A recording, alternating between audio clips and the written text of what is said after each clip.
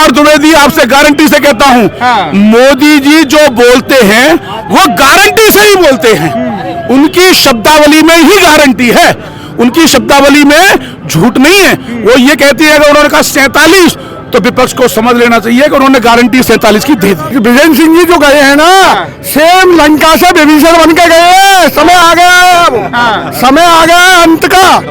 कोई लड़ने वाला होगा नहीं। कुमार के चाक पे मिट्टी पे बनाएंगे तो भी बन नहीं पाएगा। हम कहते हैं 2047 में ही नहीं, भारत की जनता मोदी जी के साथ है। वो इस गारंटी को 2029 में ही पूरा कर देगी। 29 में जी, महागठबंधन बना हुआ है। 450 आ रही है, पप्पू के बस की ना है। पप्पू के बस की लाएगा जो। राहुल गांधी का तो कोई नंबर ही नहीं है। हाँ। कोई गिनती में ही नहीं है। जो भी राम भक्त होगा वो राम के काम आएगा, क्योंकि पार्टी राम की है, पार्टी राम के काम की है। तो इसलिए चाहे वो विजेंद्र बॉक्सर हो, चाहे देश में क्रिकेट वाले छक्के सिक्सर हो, वो सब आएंगे राम की पार्टी में। राम वाले तो मेरिट से उतार ही दिए। नहीं, वो उतार दिए। वो तो देखिए प्रभु श्री राम है, आप खुद देख रहे हैं मीडिया से हैं कि प्रभु श्री राम का वहाँ कैसे दिव्य और भव्य स्वागत हो रहा है। ये आस्था है मर्यादा पुरुषोत्तम श्री राम की।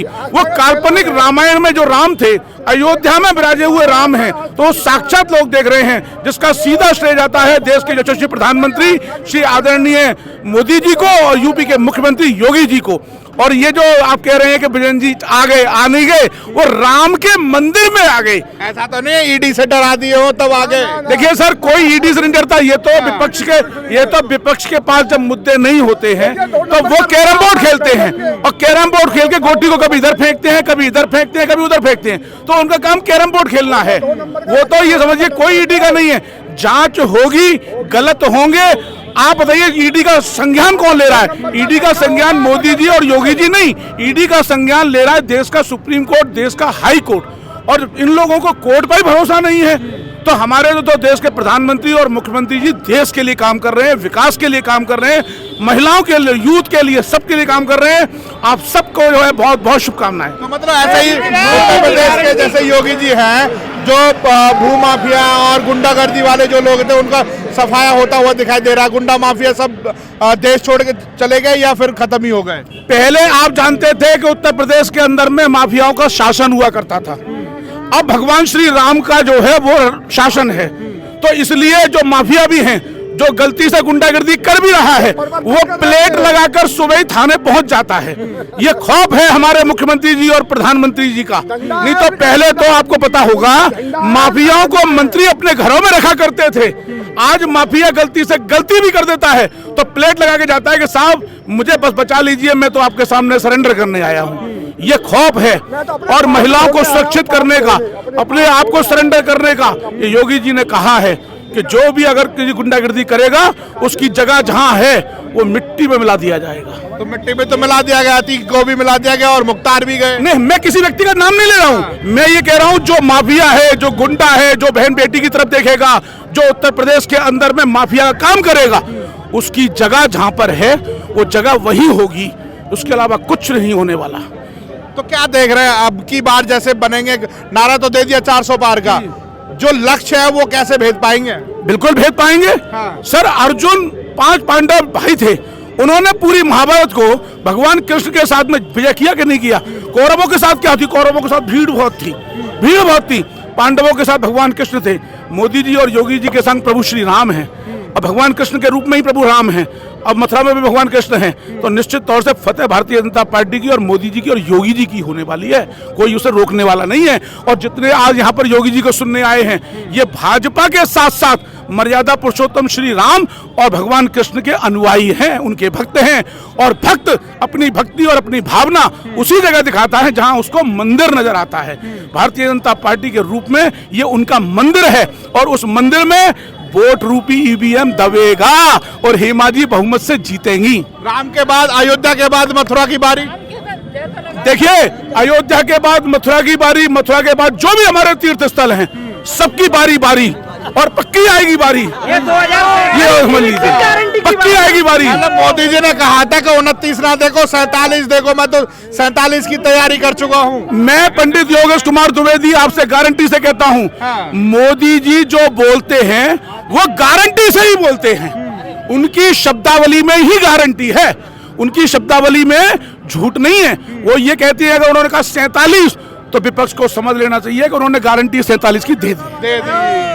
ये विकसित भारत की गारंटी है, ये मोदी जी की सशक्त समृद्ध होते किसान की गारंटी है, युवा की गारंटी है, ये विकसित भारत 2047 की गारंटी है।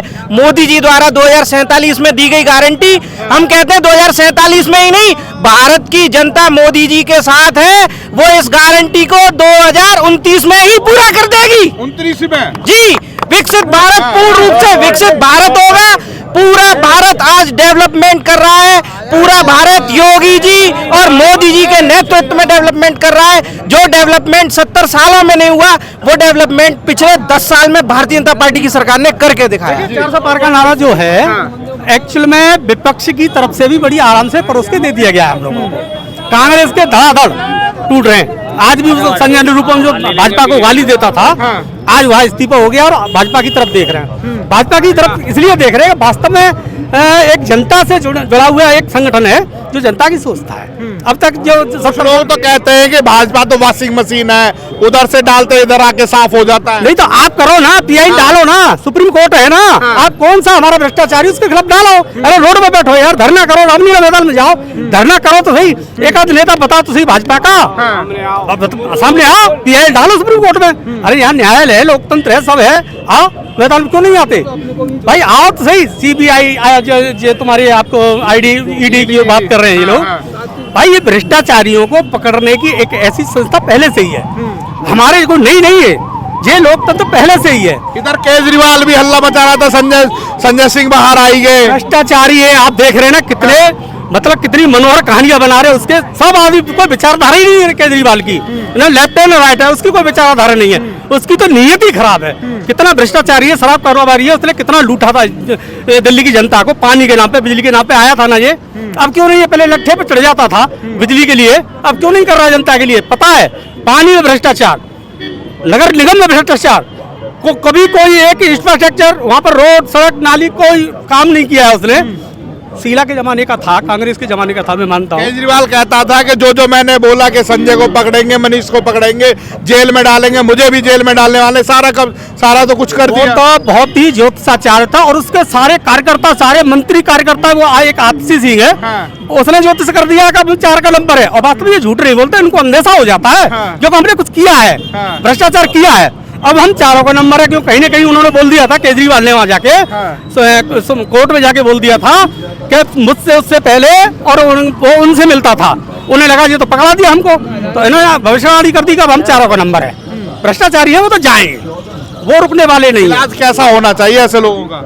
ऐसे लोगों को वास्तव में ये देश का जो पैसा टैक्स की कमाई है लूट रहे हैं, गलत है ना।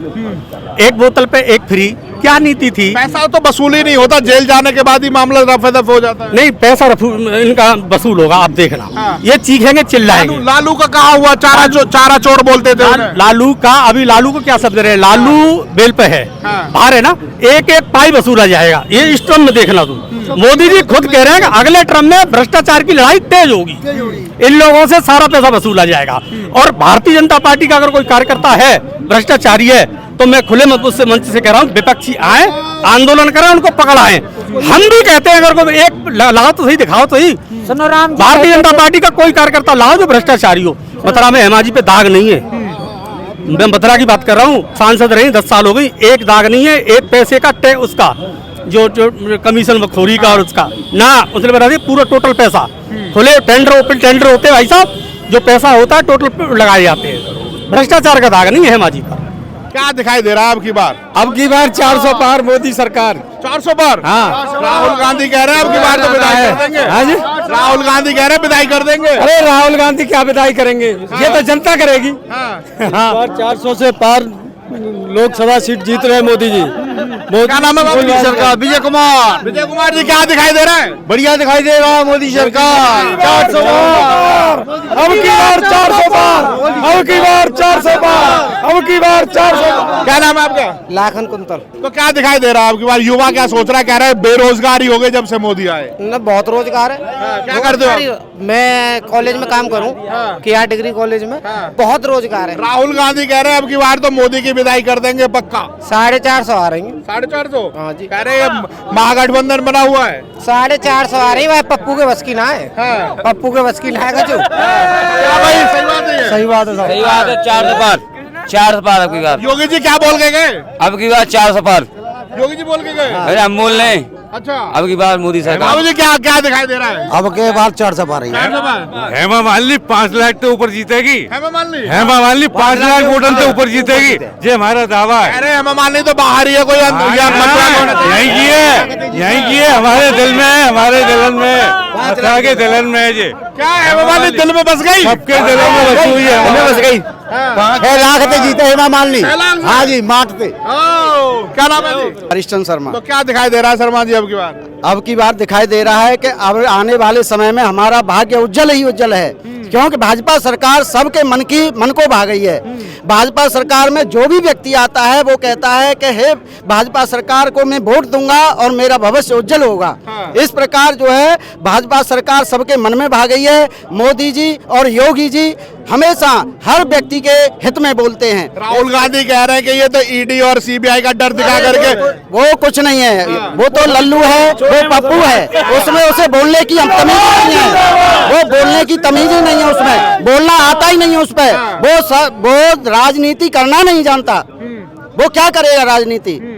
इस प्रकार जो भाजपा सरकार राजनीति कर रही है, जो भाजपा सरकार जो बोल रही है, जो करके दिखाती है, वो क्या करेगा। अखिलेश के साथ गठबंधन है, युवा है यूपी में तो सफाया कर देंगे। वो कुछ नहीं कर सकेंगे। हाँ। वो कुछ नहीं कर सकेंगे, चाहे कितनी भी ये संगठन कर लें, चाहे कितना भी जोर लगा लें, वो कुछ भी नहीं करेंगे। गठबंधन तो कोई सवाल ही नहीं है कि गठबंधन के द्वारा सरकार यूपी में बना सकें। वो यूपी में सरकार गठबंधन की हो ही नहीं सकती। कह रहे ताकतवर है अखिलेश यादव और राहुल गांधी। कोई ताकतवर नहीं है, भाजपा सरकार के आगे कोई ताकतवर नहीं है।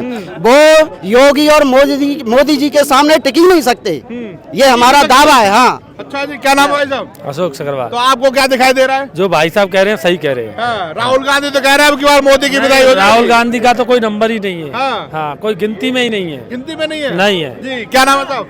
श्याम चौधरी। तो क्या दिखाई दे रहा है चौधरी साहब आपको? सब जगह योगी जी और मोदी जी और भाजपा की ही सरकार बनेगी। कम से कम 400 से और ऊपर कम से कम 410 या 15 सीट आएंगी। मतलब जैन चौधरी आ गए तो जाट भी खुश हो गया। बिल्कुल बिल्कुल बिल्कुल।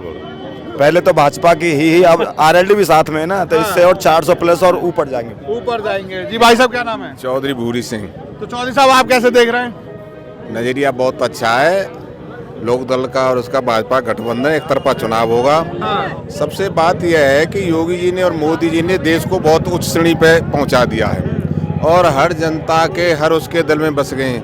आज हमारा देश इतना ऊपर है कि विश्व में दूसरे तीसरे चौथे नंबर पर हर चीज़ पे आ रहा है। आप देख रहे हैं कि एक ही साथ हमारे आदरणीय प्रधानमंत्री जी रूस से और यूक्रेन से बात करें, दो तो उसमें से ये चीज़ें सारी जनता के दिल में हैं और पूरा विश्व आज हिंदुस्तान की तरफ देख रहा है, मोदी जी की तरफ देख रहा है। तो इसलिए मोदी जी ने बहुत ही देश को उच्च श्रेणी पे ला दिया है और चुनाव एक तरफा होगा। गठबंधन ऐसे सक्सेस नहीं है कि इन्होंने कांग्रेस ने 60 साल लगातार देश को चूसा है, प्रोग्रेस पे कहाँ किया। राहुल गांधी तो कह रहे हैं महागठबंधन बन चुका है, अखिलेश के साथ तैयारी पूरी है, यूपी से भी अब की बार खामियाजा भुगतना पड़ेगा।